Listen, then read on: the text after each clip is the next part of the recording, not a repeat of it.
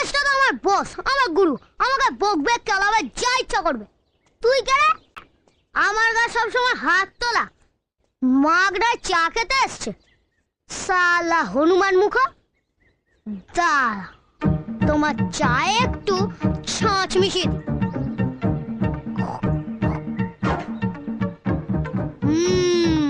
Candy pop, candy বেশি করে চিনি দিয়ে নিয়েছিস তো? আরে হ্যাঁ রে বাবা, এর থেকে যদি বেশি দেয় না তোর রক্তে বিপ্লব হতে পারে।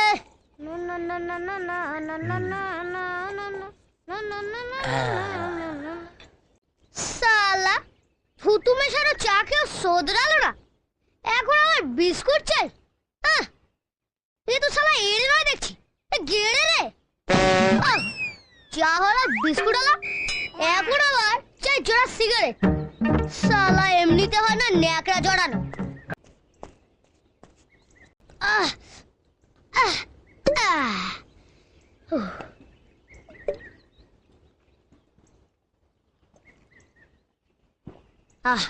এই রে, অনেকটা কমে গেল তো। না, এদের ডিস্টিল ওয়াটার পাঞ্চ করে দি।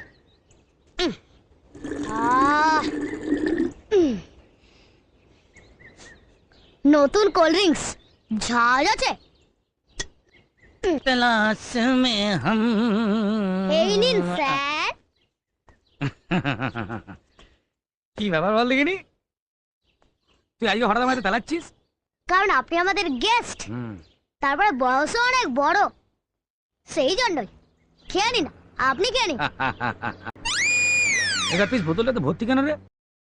আসলে ওই দোকানদার না আমাকে প্রচন্ড ভালোবাসে, তাই আমি যতবারই যাই না আমাকে একটু ওই ভর্তি করেই দেয়। নিন, আপনি খেয়ে নিন। তো এই কোল্ড ড্রিঙ্কসের দোকানদার তোকে খুব ভালোবাসে না? হ্যাঁ, প্রচন্ড। আমিও বাসি। প্রচন্ড স্যার? না, প্রচন্ড।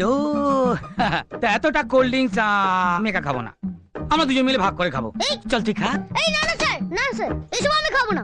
কেন, কিছু খাও না। এসব খেলে আমার অমল হয় স্যার, আমি খাবো না। যা তাকি এসব এত খেলে ভালো অসুবিধা আছে, একটা অসুবিধা। না না স্যার, না না।